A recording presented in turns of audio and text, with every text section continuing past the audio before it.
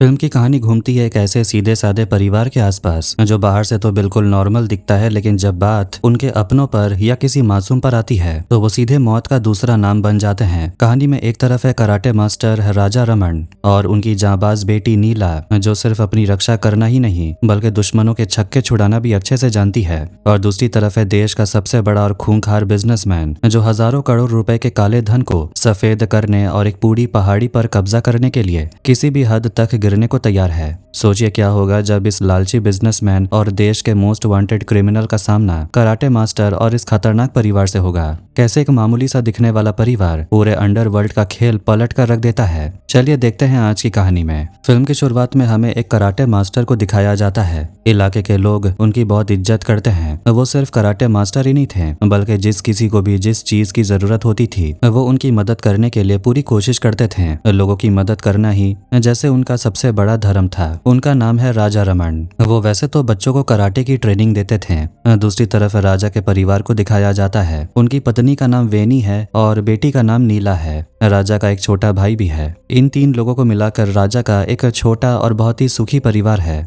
राजा का छोटा भाई एक मेडिकल स्टोर चलाता है और अभी तक शादी नहीं हुई है। वो सब मिलकर बहुत ही शांति से अपनी जिंदगी जी रहे थे। राजा की बेटी नीला बचपन से ही बहुत ही चुलबुली थी। एक दिन मोहल्ले के एक लड़के ने उसे मार दिया। उसकी शिकायत लेकर वो तुरंत अपने पापा के पास आती है। तब राजा अपनी बेटी को समझाते हैं कि गलती किसकी है ये मायने नहीं रखता, लेकिन अगर कोई बिना किसी वजह तुम्हें गाली दे या मारे तो तुम्हें अपने हक के लिए खुद खड़ा होना पड़ेगा।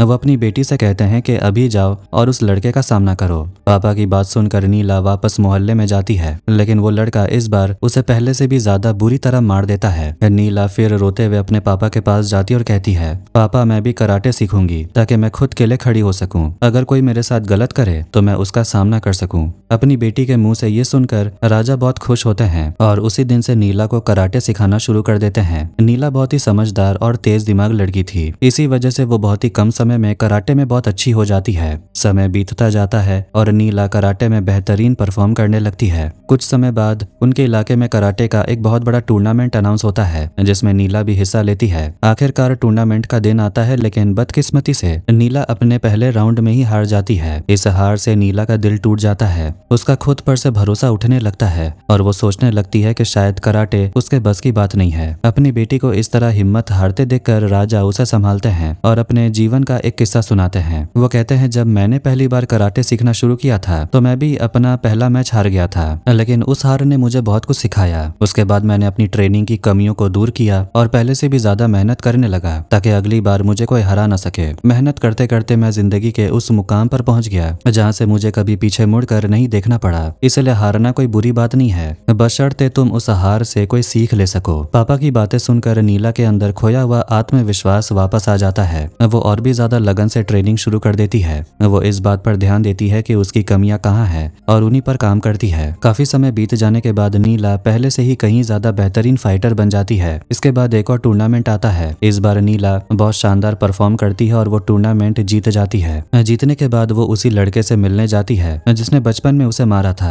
और उसे हमेशा परेशान किया करता था। नीला यहाँ अपना पुराना हिसाब बराबर करने आई थी। हालांकि नीला का ये लड़ाकू स्वभाव उसकी माँ को बिल्कुल पसंद नहीं था। वो हमेशा राजा से कहती थी, लड़कियों को ये मारपीट करना मुझे बिल्कुल अच्छा नहीं लगता। बड़ी होने पर क्या हम इसकी शादी नहीं करेंगे? अगर इसका ऐसा ही स्वभाव रहा तो कोई भी लड़का इससे शादी नहीं करेगा। लेकिन राजा अपनी पत्नी को समझाते हुए कहते हैं, इसकी चिंता तुम मत करो। मेरी बेटी जब काबिल बनेगी तो लड़कों की लाइन लग जाएगी। और एक बात याद रखो, लड़कियां अचानक किसी भी मुसीबत में फंस सकती हैं और हर वक्त उन्हें बचाने के लिए कोई मौजूद नहीं रहेगा। इसलिए मैं अपनी बेटी को ऐसा बना रहा हूँ कि वो अपनी सुरक्षा खुद कर सके। इसी सोच के साथ राजा अपनी बेटी को मजबूत और आत्मनिर्भर बना रहे थे। इसके बाद कुछ साल बीत जाते हैं। नीला अब बड़ी हो चुकी थी और उसकी पढ़ाई भी पूरी हो चुकी है। वो नौकरी की तैयारी कर रही थी। उसके पापा अब भी कराटे सिखाते थे, माँ घर का काम संभालती थी और चाचा अपना मेडिकल स्टोर चलाते थे। दूसरी तरफ कहानी में हारून नाम के एक आदमी की एंट्री होती है जो देश के सबसे बड़े बिजनेसमैन में से एक है। हारून की बहुत बड़ी कंपनी है। वो पैसा कमाने के लिए किसी भी हद तक जा सकता है, चाहे वो काम कितना ही घटिया क्यों ना हो। पैसा कमाना जैसे उसका एक नशा बन चुका था। उसकी कंपनी का मुख्य काम अलग अलग जंगलों में रिसर्च करके वहां छिपे मिनरल्स को ढूंढना और उन्हें विदेशों में बेचना था। रिसर्च करते करते उसकी नजर झाड़ू नाम के एक पहाड़ी पर पड़ती है। इस पहाड़ी पर कई पीढ़ियों से हजारों परिवार रहते आ रहे थे। हारून को पता चलता है कि इस पहाड़ी पहाड़ी के नीचे बहुत कीमती खनिज पदार्थ छिपे हैं, इसीलिए वो उन कीमती चीजों को हासिल करने के लिए वहाँ के गाँव को उस पहाड़ के आसपास से हटाना चाहता था। इस मिशन में पैसे के लालच में आकर कुछ मंत्री भी हारून का साथ देते हैं। वो भारी रकम देकर वहाँ के भोले भाले लोगों को वहाँ से खदेड़ने का प्लान बनाता है। इसी बीच अलग अलग सरकारी एग्जाम्स देते देते नीला को एक बहुत ही अच्छी नौकरी मिल जाती है। उसकी जिंदगी में सब कुछ बहुत बढ़िया चल रहा था और नौकरी भी बिल्कुल वैसी थी जैसे वो चाहती थी। इस तरह कुछ और दिन बीत जाते हैं। इसके बाद अचानक एक दिन नीला का मैनेजर जबरदस्ती उसके साथ गलत काम करने की कोशिश करता है, लेकिन नीला चुप रहने वाली लड़की नहीं थी। वो कराटे भी बहुत अच्छे तरीके से जानती थी, इसीलिए वो अपने मैनेजर की जमकर धुलाई कर देती है। यही नहीं, वो अपने ऑफिस आकर इस पूरे घटना के बारे में कंपनी के बाकी लोगों को भी बता देती है। असल में उस मैनेजर का चरित्र पहले से ही खराब था और ये बात ऑफिस के लोग पहले से जानते थे। उसने पहले भी कई लड़कियों के साथ ऐसी हरकतें करने की कोशिश की थी, लेकिन इस बार नीला की हिम्मत की वजह से उसका असली चेहरा सबके सामने आ गया। बाकी जिन लड़कियों के साथ उसने गलत किया था वो भी सामने आ जाती हैं और सबके सामने उस मैनेजर का हिसाब किया जाता है। इसी तरह एक रात जब नीला ऑफिस से बस के जरिए घर लौट रही थी, तब उसने देखा कि कुछ गुंडे एक बुजुर्ग औरत को परेशान कर रहे थे। वो गुंडे उस औरत को धमकी दे रहे थे कि अगर उसने अपनी जमीन के कागज उनके हवाले नहीं किए तो वो उनके बेटे को उठा ले जाएंगे। ये देखकर नीला तुरंत उस लफड़े में कूद पड़ती है। बचपन से ही उसके पापा ने सिखाया था कि सिर्फ खुद के साथ गलत होने पर ही आवाज नहीं उठानी है, बल्कि आसपास किसी और के साथ भी कुछ भी गलत हो तो उसका विरोध करना चाहिए। नीला वहाँ उन सभी गुंडों को मार मार कर भगा देती है और उस औरत को बचा लेती है। जब वो फाइट करके घर पहुंचती है तो उसकी माँ को इस बारे में पता चल जाता है। ये सुनकर नीला की माँ बहुत परेशान होती है।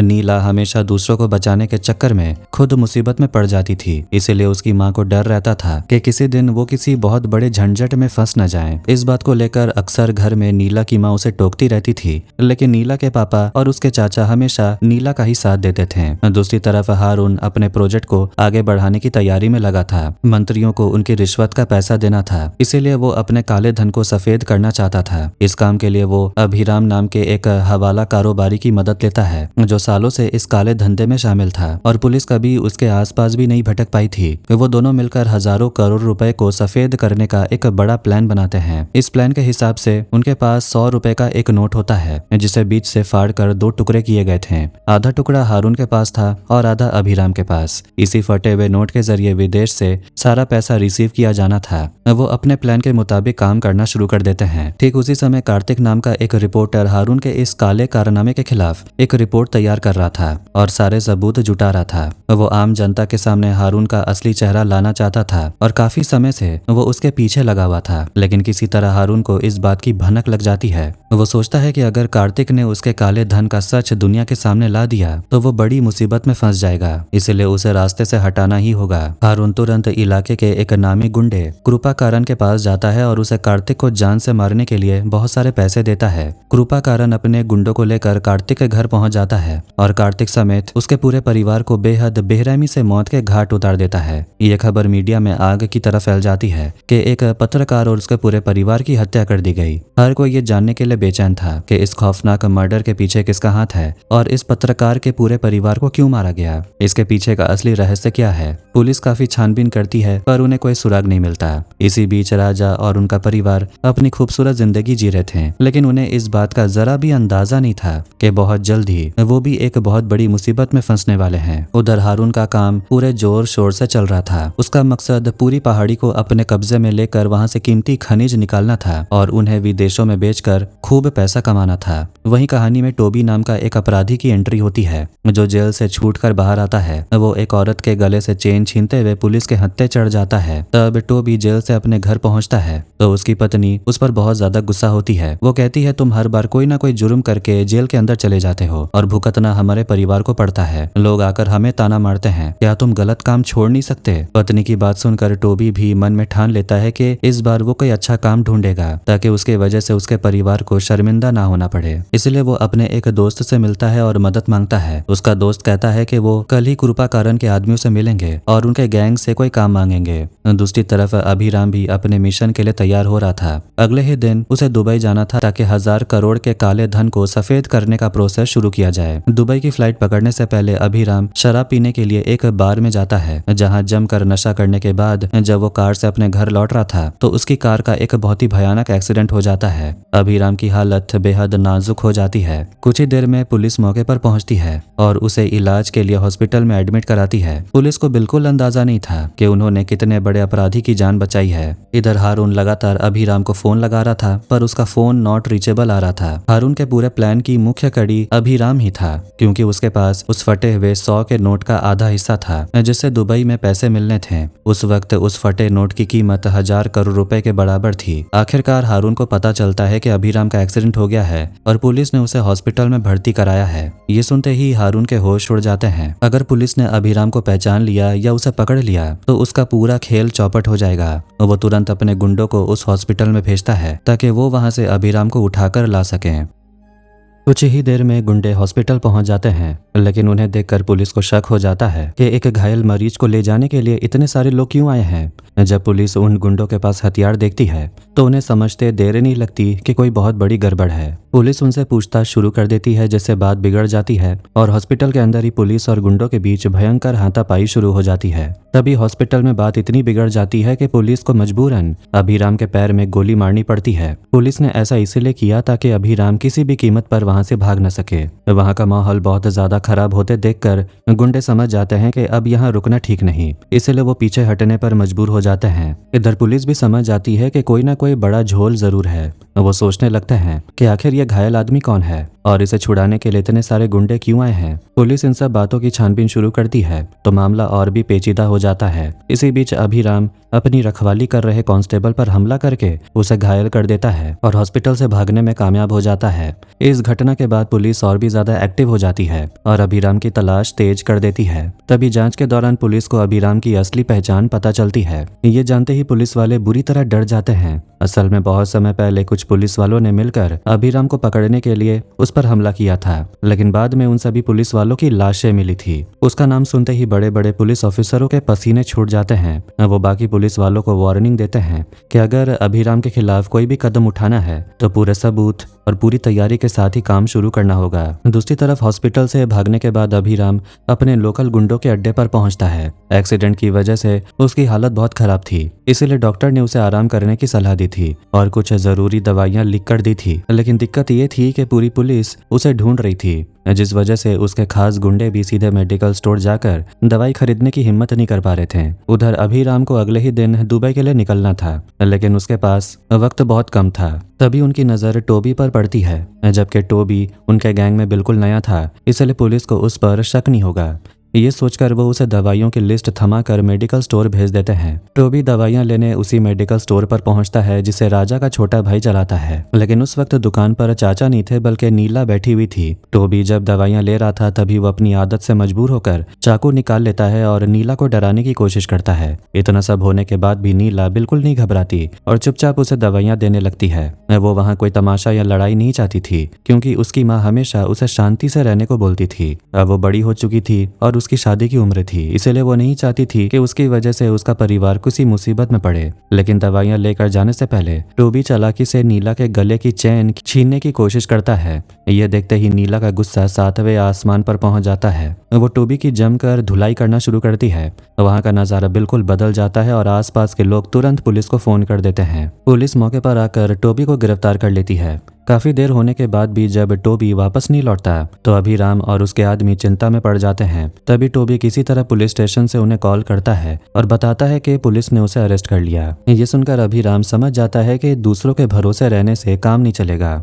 वो खुद दवाइयां लेने बाहर जाने की बात करता है, पर उसका साथी उसे रोकता है और अपने कुछ खास गुंडों को दोबारा उसी मेडिकल स्टोर पर भेजता है। वो गुंडों को सख्त आदेश देता है कि अगर वहाँ कोई भी गड़बड़ करने की कोशिश करे तो उसे सीधे जान से मार देना। गुंडे हथियार लेकर राजा के भाई के मेडिकल स्टोर की तरफ बढ़ते हैं। उन्हें लगता है कि ये एक बेहद मामूली और सीधा साधा परिवार है जिसे वो आसानी से डरा देंगे, लेकिन जब वो वहां पहुंचते हैं तो उनकी यह गलतफहमी मिनटों में दूर हो जाती है। राजा का पूरा परिवार कराटे का मास्टर था। राजा, उसकी पत्नी, बेटी नीला और छोटा भाई सब मिलकर उन गुंडों गुंडों पर टूट पड़ते हैं। यहाँ तक कि राजा की पत्नी वेनी, जो हमेशा लड़ाई झगड़े से दूर रहती थी, सबको रोकती है। वो भी अपने परिवार को बचाने के लिए उन अपराधियों से डट कर मुकाबला करती है। काफी देर तक भयंकर फाइट चलती है और राजा का परिवार एक एक करके सभी गुंडों को धूल चटा देता है। कुछ गुंडों को जान से मारने के बाद राजा और उसका भाई सोचते हैं कि अगर इनमें से कुछ लोग बचकर बाहर भाग गए तो बाद में उनका परिवार बहुत बड़े खतरे में फंस जाएगा। इसलिए वो बाकी बचे गुंडों को भी पकड़कर वहीं ढेर कर देते हैं। इसके बाद पूरा परिवार उन लाशों को ठिकाने लगाने के काम में जुट जाता है, क्योंकि अगर किसी ने भी देख लिया तो उनका पूरा परिवार जेल पहुंच जाएगा। दूसरी तरफ जिस आदमी ने इन गुंडों को भेजा था वो बहुत परेशान हो जाता है। काफी समय बीत जाने के बाद भी कोई वापस नहीं आया था और उनके फोन भी नॉट रीचेबल आ रहे थे। उसे समझ नहीं आ रहा था कि आखिर मांजरा है क्या, सिर्फ दवाई लेने में इतनी बड़ी आफत क्यों आ गई और इतनी देर क्यों हो रही है। वो खुद वहां जाने का फैसला करता है। तभी उसे याद आता है कि उसकी सबसे कीमती चीज उसी के पास है। वो फटा हुआ 100 का नोट, जो हजारों करोड़ के काले धन को सफेद करने की चाबी है। वो नोट उसके एक पर्स में रखा हुआ था। तभी अभिराम वहां आता है और उस पर्स को ढूंढना शुरू करता है। काफी खोजने के बाद जब पर्स कहीं नहीं मिलता, तब अभिराम को याद आता है कि जो लोग राजा के परिवार पर हमला करने गए, उन्हीं में से एक आदमी गलती से वो पर्स अपने साथ ले गया था। अभिराम तुरंत फैसला करता है कि वो खुद वहां जाएगा और अपना पर्स वापस लेकर आएगा। उसे अभी यही लग रहा था कि उसके आदमियों ने अब तक राजा और उसके परिवार को खत्म कर दिया होगा। उसने सपने में भी नहीं सोचा था कि उसके ट्रेंड गुंडे एक साधारण से दिखने वाले परिवार के हाथों मारे जा चुके हैं। अभिराम सीधे उनके घर पहुंच जाता है। इस वक्त राजा घर पर मौजूद नहीं था, क्योंकि वो उन गुंडों की लाशों को ठिकाने लगाने गया हुआ था। घर पर सिर्फ नीला और उसकी माँ वेनी थी। अभिराम घर के अंदर घुसते ही माँ बेटी पर बंदूक तान देता है और उस पर्स के बारे में पूछताछ शुरू कर देता है। तभी नीला और उसकी माँ को लगता है कि यह आदमी उसी गैंग का हिस्सा है जिसने कुछ देर पहले ही उन पर हमला किया था। इसलिए माँ बेटी मिलकर उसे काबू में करने की कोशिश करते हैं। लेकिन अभिराम कोई मामूली गुंडा नहीं था, वो एक बेहतरीन फाइटर था। इसी वजह से माँ और बेटी मिलकर भी उसे आसानी से गिरा नहीं पा रही थी और उनके बीच काफी देर तक भयंकर फाइट चलती है। तभी वहां राजा भी पहुंच जाता है। घर का माहौल देखकर वो एक पल में सारा माजरा समझ जाता है और तुरंत फाइट में कूद पड़ता है।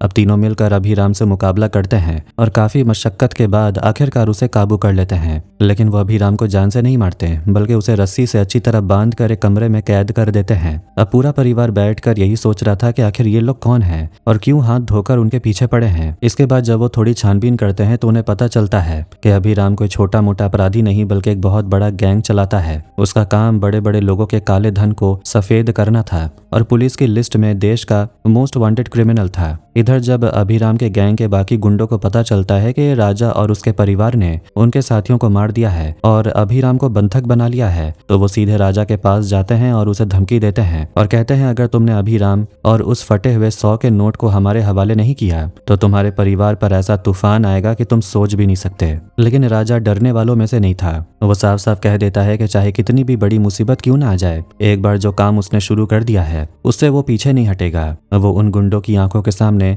उस 100 के फटे नोट के टुकड़े टुकड़े कर देता है। ये देखकर अभिराम की हालत खराब हो जाती है, क्योंकि उसी आधे नोट के दम पर वो हजारों करोड़ रुपए हासिल करने वाला था। पर अब नोट फटने के बाद उसका पूरा खेल ही बिगड़ चुका था। उधर हारून लगातार अभिराम को फोन मिला रहा था। उसे समझ नहीं आ रहा कि इतनी बड़ी डील जो अब तक बिल्कुल सही चल रही थी, वो अचानक इस तरह खतरे में कैसे पड़ गई। अब राजा इस पूरी साजिश की जड़ तक पहुंचना चाहता था, इसलिए वो उन गुंडों में से एक को पकड़ लेता है और कड़ाई से पूछताछ शुरू करता है। तब जाकर उसे पता चलता है कि उस 100 के नोट के जरिए हजारों करोड़ का लेन देन होने वाला था और उस रकम से पहाड़ी के पूरे इलाके को खरीदने का प्लान था। हारून वहां के हजारों परिवार को बेघर करके उस जगह पर कब्जा करना चाहता था, ताकि वहां से कीमती खनिज निकाल कर विदेशों में बेच सके।